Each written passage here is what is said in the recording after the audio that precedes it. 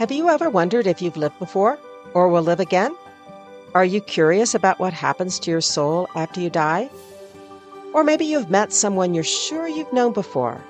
Or maybe you're just wondering if you have talents, skills, and experiences from a prior life that could help you now. Hi, I'm Brownell Landrum, author of the upcoming We Meet Again trilogy, and I'd like to welcome you to the Life is a Trip podcast.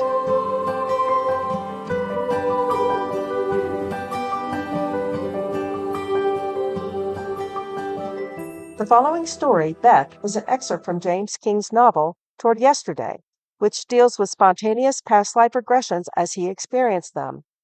The story features Beth, a natural medium, and is about her youth and the events leading to her final acceptance of her abilities.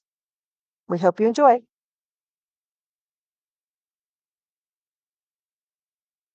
Beth. Beth closed the door of her cottage as her visitor drove slowly away along the rugged pathway that led down to the picturesque Cornish town of St. Agnes.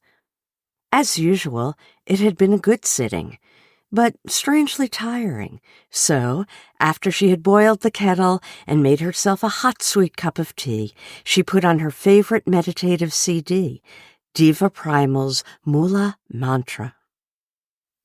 Around her the room shone with a multitude of hues of blues and greens. Crystals glistened, and the wind chimes, which were still moving from the draft that had come from the open door when her guest had left, sounded a gentle accompaniment to the music. Beth lay back and sank into the welcoming softness of the cushions on her settee and closed her eyes. She looked into darkness, concentrating on a spot just above her eyebrows. After a few moments of relaxation, colors appeared in the blackness, more strikingly beautiful than she could ever describe. There followed a succession of faces, none of which she knew, but of which some were strangely familiar. Suddenly, there appeared the face of a person she had known and loved years ago when she was a child, her favorite uncle, Tom. He had known of her gifts, but had never ridiculed her or demanded anything of her other than that she be true to herself. She smiled at the vision, and as it faded away, she opened her eyes and glanced at the calendar hanging on the wall. As she looked at that day's date, she realized that it was the anniversary of her uncle's death, and with that realization there came a memory of the day she finally grew up as a medium. Beth was a natural psychic and medium. From her early childhood in Ongar, Essex, she had both seen and heard people and voices that she very slowly realized other people didn't see or hear. In fact, it took her quite a time to work it all out, that there were two realities that she was dealing with in her life, the world of her friends and parents, and then the world of all of them, plus this other group of people that came, played with her, talked to her as if she were a grown-up, and then disappeared. It was only when it struck her that no one else saw or talked to them that she understood that none of her visitors were of this world. The kids at school thought she was a little weird, talking to people they couldn't see. But as she was pleasant and funny and good at games and didn't push it all in their faces, they accepted her for what she was. Fortunately, her parents neither ridiculed nor chastised her when she behaved strangely.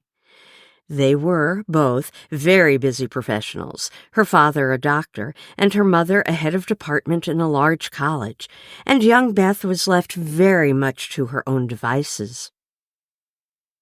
There was a succession of high-class nannies. They came and went, each staying only a few months, and then leaving because of the strange effect the child had on them.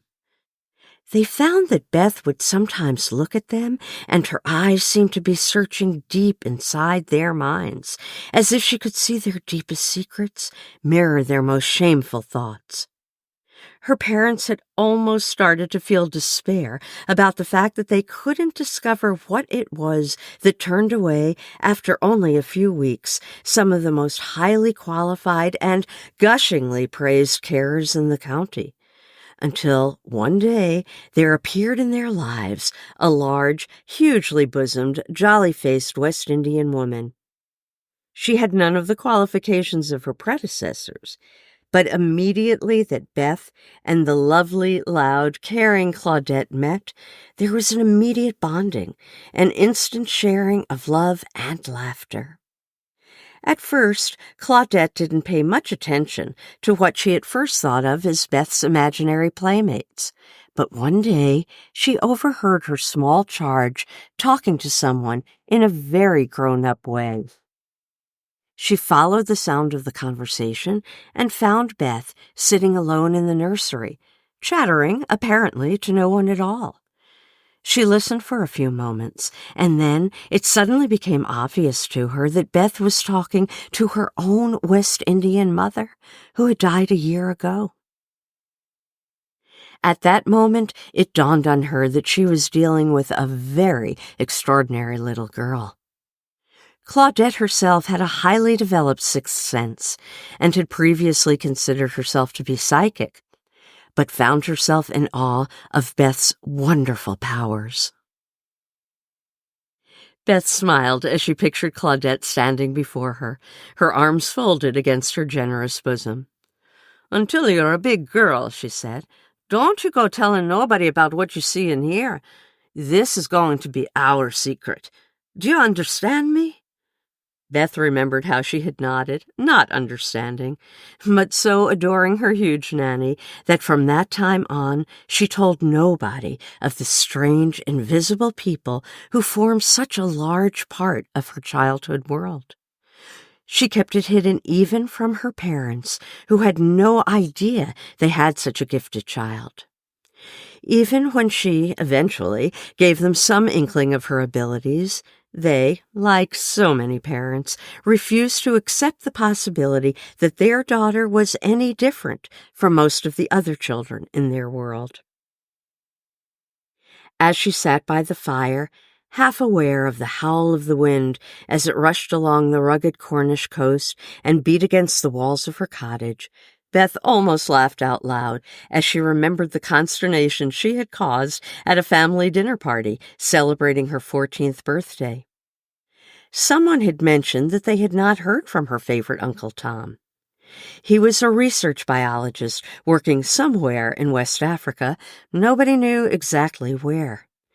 Information about him was received only rarely, but he had always managed to send something for Beth on her birthday, no matter where he was in the world.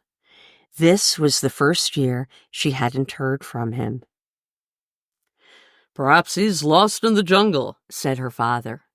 Someone else chipped in with, "Most likely run out of stamps, or can't find a postbox." The laughter was so loud that they almost missed Beth's contribution. "He died last week," she said very quietly.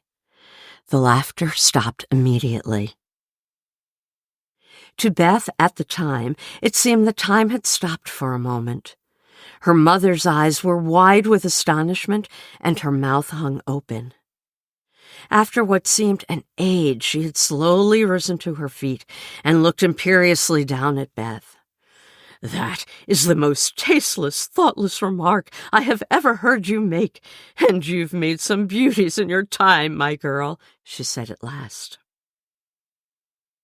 Beth had looked down, feeling the blood rush into her face, but she was very aware, in her peripheral vision, of her father trying not to look at anything in particular, and Claudette staring at her hard, slowly shaking her head from side to side.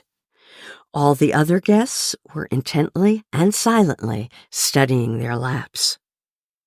"Oh, you dropped a really good one there," Claudette said later, her mighty chest bobbing up and down as she laughed in her good-natured, happy way.